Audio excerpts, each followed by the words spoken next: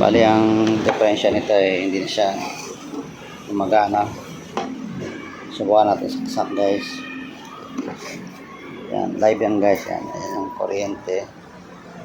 Nakasaksak doon. So, pa natin on. Wala. Nakatodo to, guys, yung kanyang power. Naka-full yan. Wala. So, walang power. Okay. Pasensya na, guys, kung medyo malipot yung ano ko camera kasi wala akong ano ang camera stand. So, isang kamay lang na gamit ko. So, ito try natin sa, guys, testing by tester. Titingnan natin kung may continuity. Pag wala, ibig sabihin merong problema sa kanyang maaaring sa kanyang carbon or sa switch. So, malaman natin yan mamaya, guys. Tester po na natin.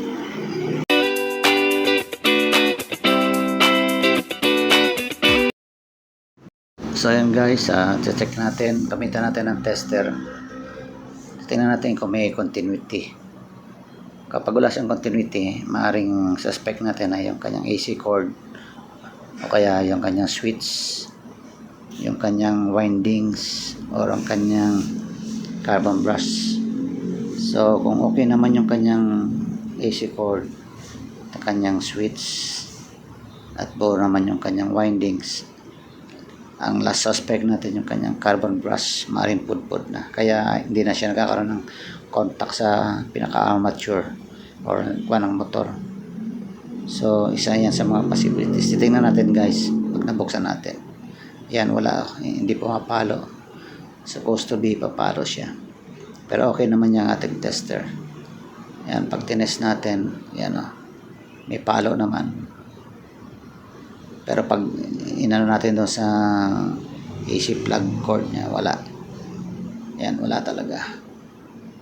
So, pinakamagandang gawin natin, babuksan na lang natin para makita natin yung kung saan talagang diferensya. Okay? Iwalay muna natin to. Okay?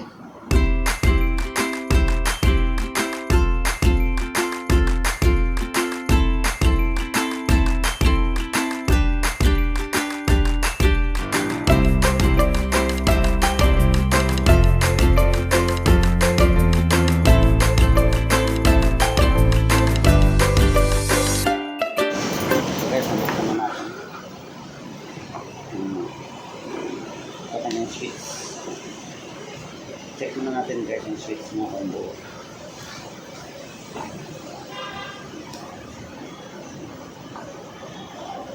So, okay naman. Okay, may naman continuity pa kung saan ba.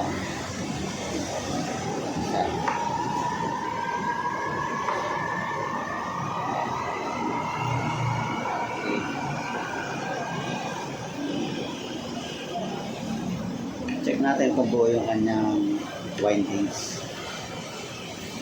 Ito sa dalawang kanyang carbon brush. So, walang continuity, guys. So, maaaring yung kanyang carbon ay pudpud na o putol yung kanyang may naputol sa kanila. Pero check lang muna natin. So, wala. Dapat pa switch yung kanyang cord, check muna natin ang buo.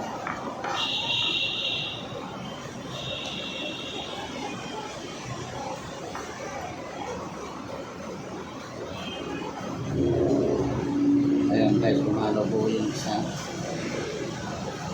Ayan, kapila. Ayan. So, wala tayong problema sa cord doon. So, baka naman yung kanyang switch. Dito tayo ngayon, guys, sa carbon niya. Since walang continuity, ayan, sa kanyang carbon. Itong side na to, itong kabilang side, dalawa kasing carbon niya, guys, ito at saka dito. Ito, check natin. So ito may contact ito. Ayan, pumapalo. Kabila. Wala. So itong side na to ng carbon niya, may differential. Kung titignan natin. Ito guys. Ayan guys, para napansin ko nga. Kapudpud na yung kanyang carbon. Ito okay pa. So since wala akong spare na carbon, gagawin ko lang ng paraan. Try ko itulak yung carbon na remaining natitira para magkaroon ng contact rito. Ngayon, kung talagang pudpud at wala na, maaaring maghanap na ako sa ibang mga lumang parts ng carbon kasi isasaksa ko dyan. Pero try ko muna yung tutulak ko.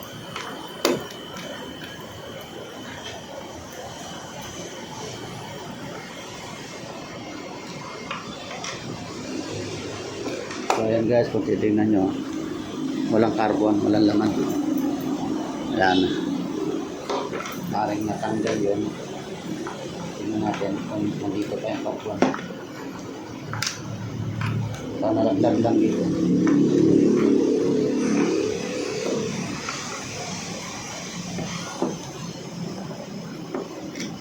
Kanyang armature okay pa naman.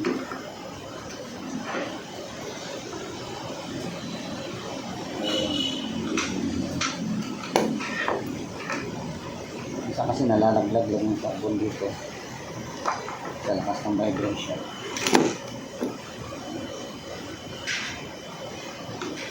Pudpud na talaga. Itong isang guys, meron pa. Yan, pakita ko sa inyo.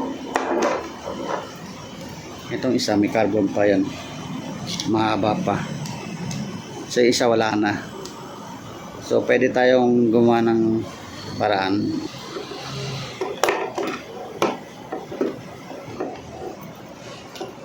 Wala na talaga, oh. Pudpud na.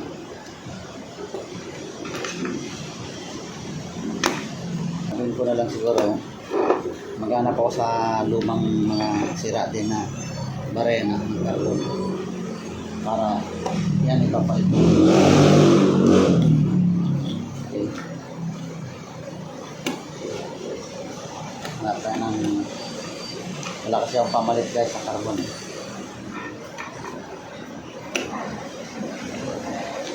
Maghanap tayo sa mga lumang barena na sira na rin. Ayun, napapalit natin.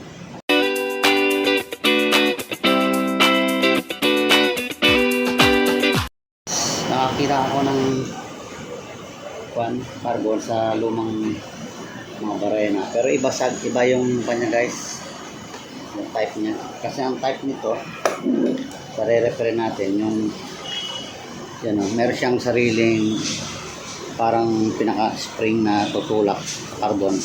Papasok na yung carbon dito. Ito naman ibang type ito. Pero pwedeng gamitin to. Ang importante lang may pasok siya rito. Yan. So gagawin natin para may pasok natin kasi since nakaharang itong ito yung may spring dito, i-atras natin muna yan bago natin ipasok.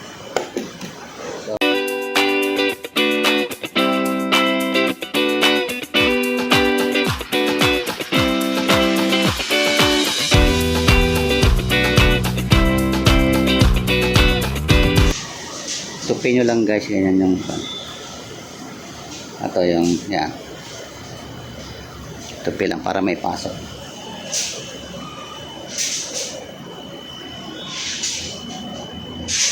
Ganyan siya.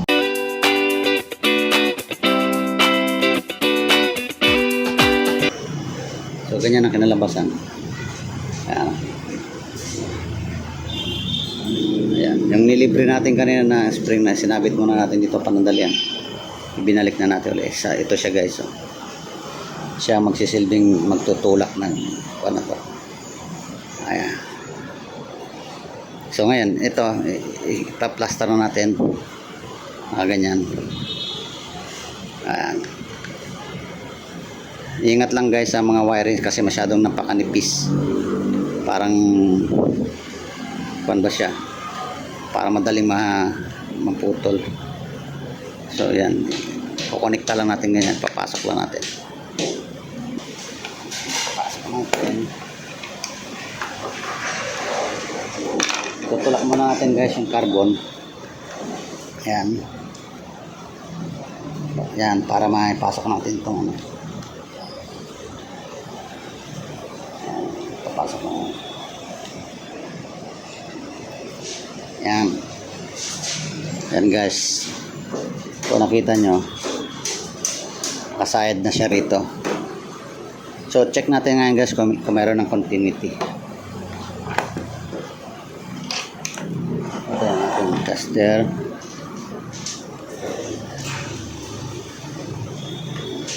Kanina guys, tinesting natin ito.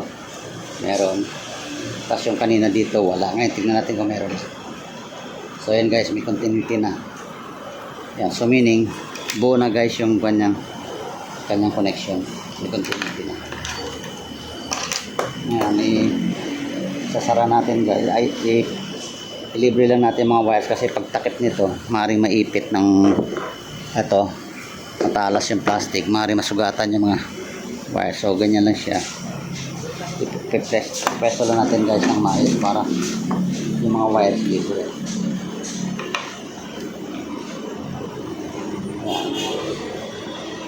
So, naipilipin.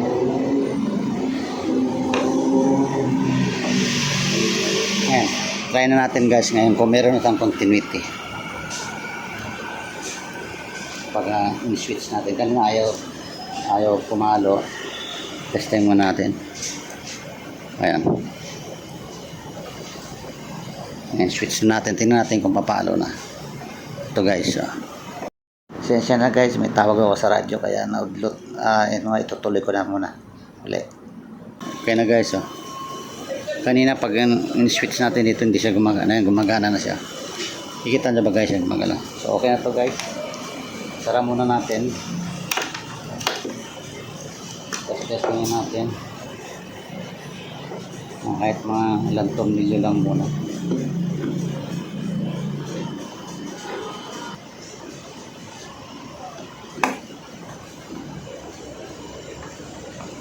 Takpan muna.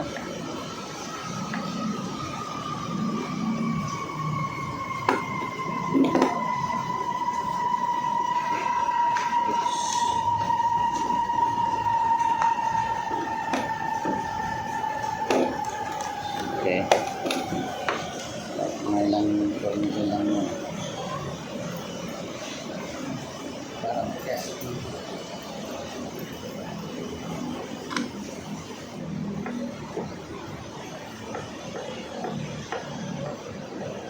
Kasi lang pag testing nakasara para yung kanya mga parts naka-on siya.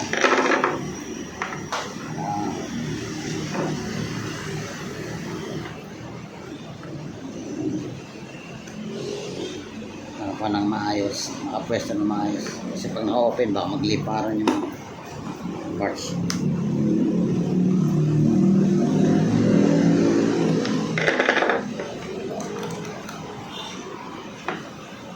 Ngayon muna tayo din dito.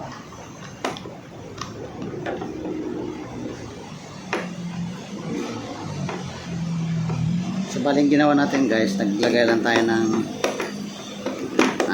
panibagong carbon na kahit iba yung type, tatry natin kung obra.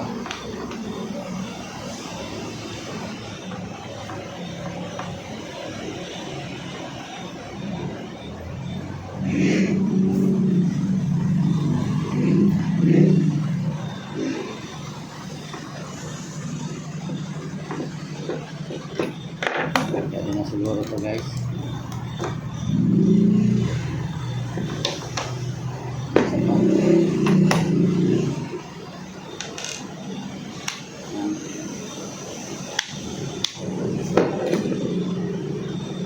Lagyan pa natin sa rin.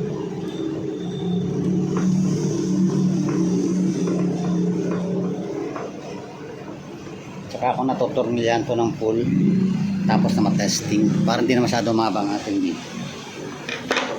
Okay, test natin ulit.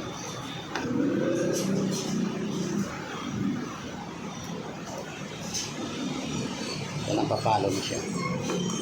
Yan guys, kita nyo. So good guys. Plug in natin muna. Yun. Magana na guys.